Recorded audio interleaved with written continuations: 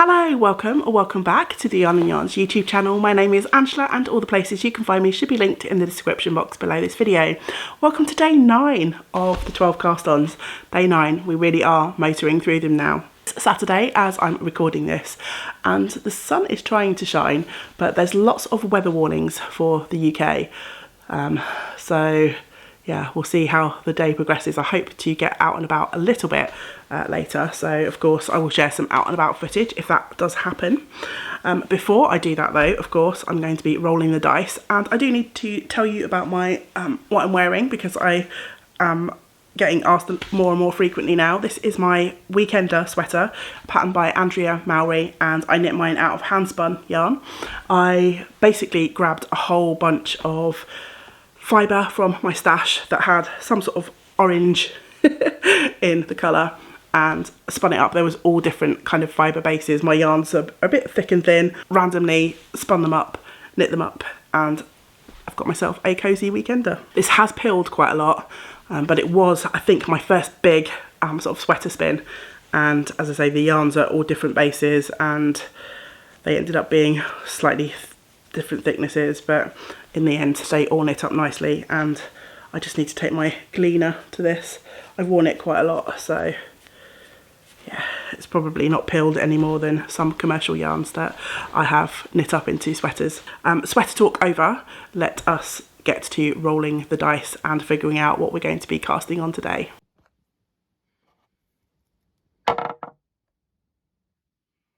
Okay, so we got number 16.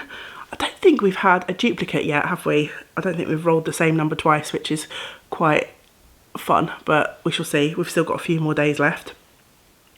I've got a nice little bow on the label today, and so let's reveal together what is. I've got another card on the back, so I don't know. Let's reveal what is on the card. Ooh, okay, advent garland, fun. So I need to go and grab some yarn and then I will be back. For quite a few Christmases now, I decorate the mantelpiece up here with some crochet snowflakes that I made, and they've been going up on the mantelpiece for, well, probably as long as we've lived here now. And it's getting a little bit tired looking. I want something different, and I've always fancied casting on the Mitten Garland Advent Calendar, which is a pattern by Kathy Lewinsky, and I'll pop a picture up on the screen now. So I thought it'd be fun to add this to my 12 cast on prompts to see if it would come up, and finally get cracking with this project that's been, I think it's been in my favourites for, well, as long as I've known it's existed, so quite a few years now. I've seen lots of fun variations of this using all sorts of different colours, but I think I want to stick to the sort of traditional red and a little bit of green and sort of neutral colours that are used in the original pattern. The pattern charts, I think, are available for free, or you can purchase a file where they're all sort of condensed into one pattern, and then they will stay in your Ravelry library if you're a Ravelry user.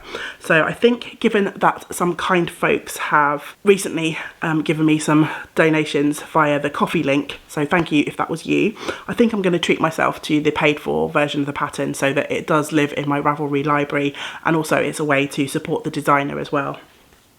So yes, thank you for the coffee treats, those of you who have donated recently, and I thank you for giving me the ability to purchase this pattern and support the designer.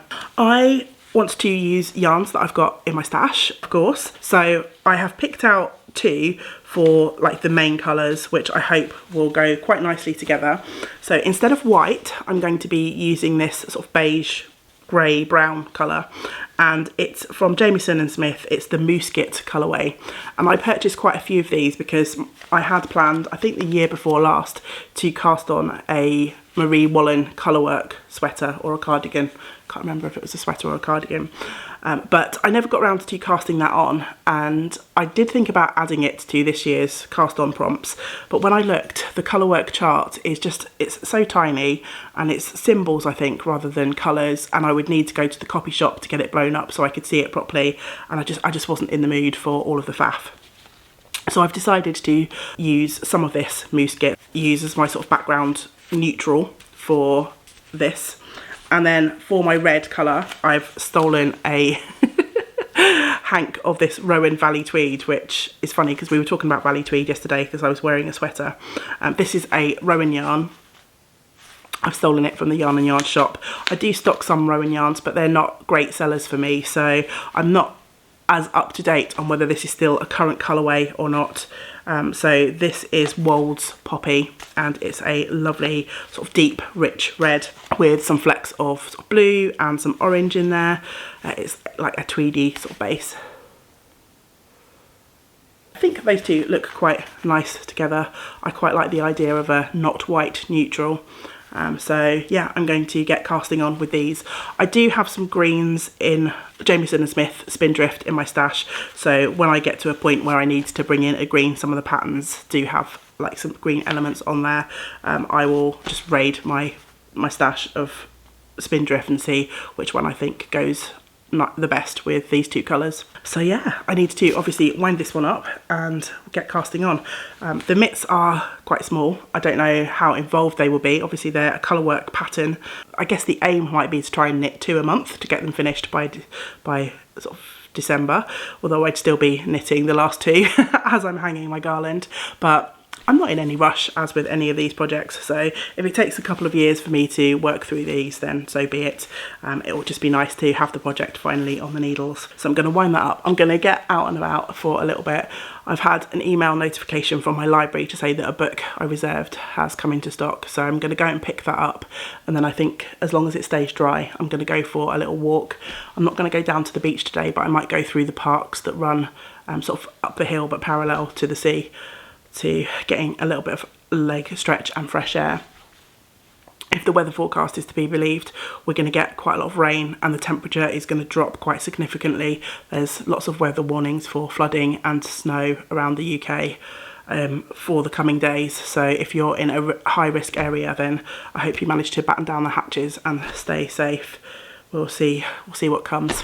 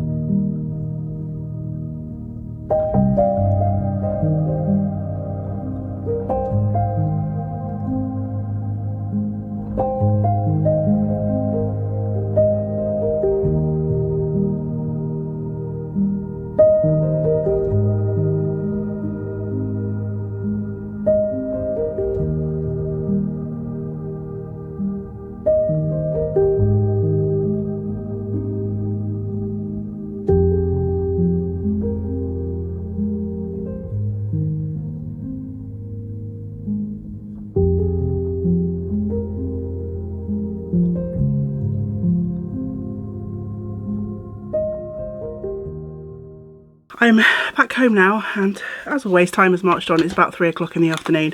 I'm getting ready to wind up my skeins to cast on. I always rewind even balls like this because I just find it easier to have them in that sort of cake shape. They don't tend to roll around the room quite in the same way as a ball will do. So I'm going to do that. I thought, as this is kind of a chatty vlog style thingy, I'll chat to you about the book that I picked up. Actually, I ended up picking up several, but I reserved this book, which is The Nakano Thrift Shop by Hiromi Kawakami, translated by Alison Markin Powell. And as well as watching a lot of knitting videos, I watch a lot of book related videos as well.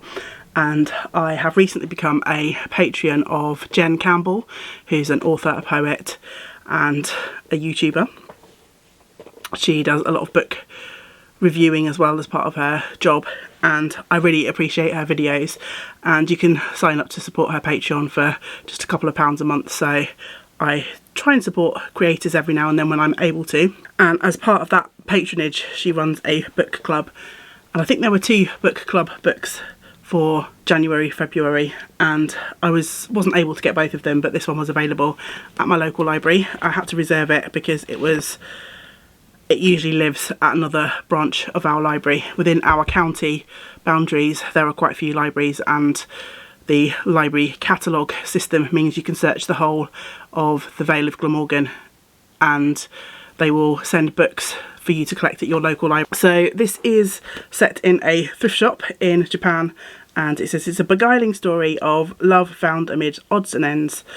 The Nakano Thrift Shop is a heartwarming and utterly charming novel from one of Japan's most celebrated contemporary novelists, although I think this one is published quite a few years ago, 2005, and the translation was in 2016. So I'm looking forward to reading that. And then while I was there, I picked up a couple of other things as well because, you know, I don't know if I'll get to read all of these. You get to borrow them for a few weeks.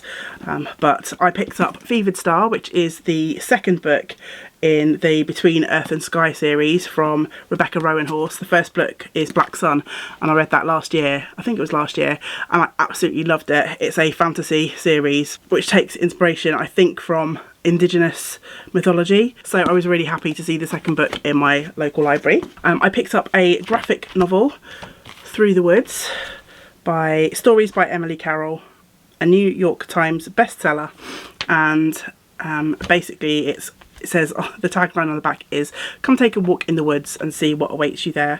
From the macabre imagination of award-winning comic creator Emily Carroll, 5 mysterious and chilling stories which follow journeys into and out of the eerie abyss.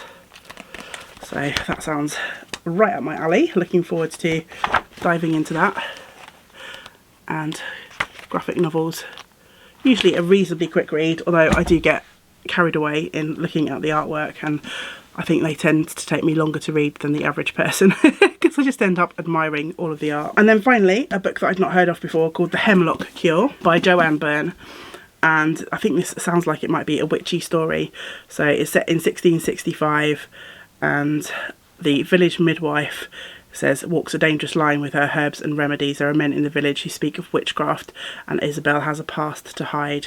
So witchy story, love that. So hopefully I shall get through at least a couple of those, and if I don't, then I can always return them and borrow them again at a later date.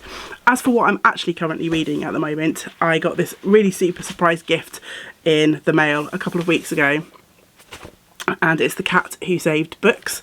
It's another Japanese author that's been translated to English, Suzuki Natsukawa, and I'm 60 pages in, so a reasonable way in, and basically it's about a boy called Rintaro who has been brought up by his grandfather after his mother passes away, and in the story, it's not really a spoiler, it's in the blurb and happens in the sort of prologue of the story.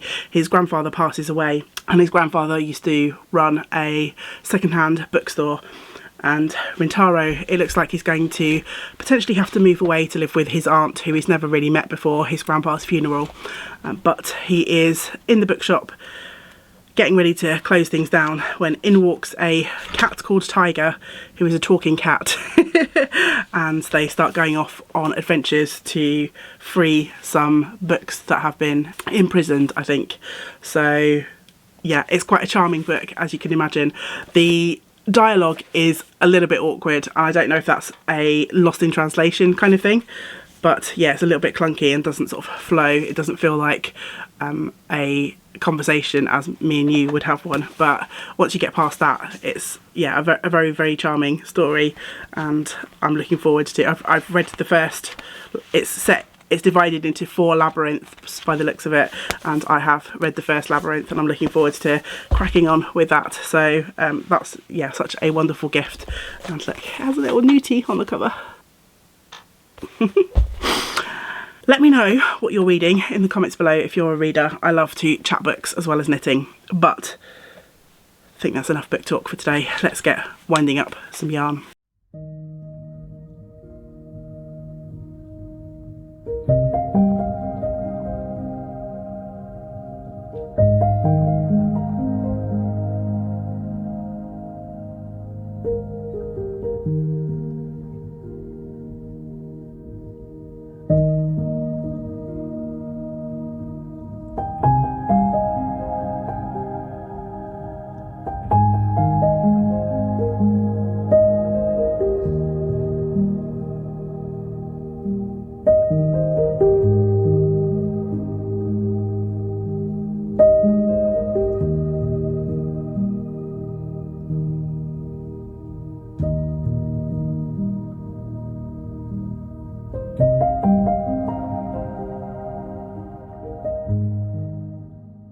Hello again. If you are watching this on the day that it goes up on YouTube, I hope you've had a nice cozy Sunday. Sunday is my favourite day of the week. It's the day I give myself permission to hang out in my pyjamas all day, not brush my hair, just be as lazy as I want to be. If you've been here for a while, you know the drill. The weather here, I've just got to mention it because the light's going to be going crazy, but I got woken up this morning with pelting rain on the window, and now the sun's out. Typical British weather, I guess. Before I update you with my progress on my Advent garland mitts, I am going to, as always, share with you the cast-ons that have been happening in our community, and I'm hoping I can read my own writing. I thought I was being clever by squeezing it onto a piece of paper that I'd already used, but it got full up very quickly. Angie has cast on some vanilla socks and says that she's hoping once one of her current works in progress is finished that she will be casting on a square bucket, which is amazing. There was lots of love for the square bucket pattern, so I hope some of you went over and treated yourself. This light is crazy, isn't it? Shall I sit back? Let me try and move over a little bit, sorry.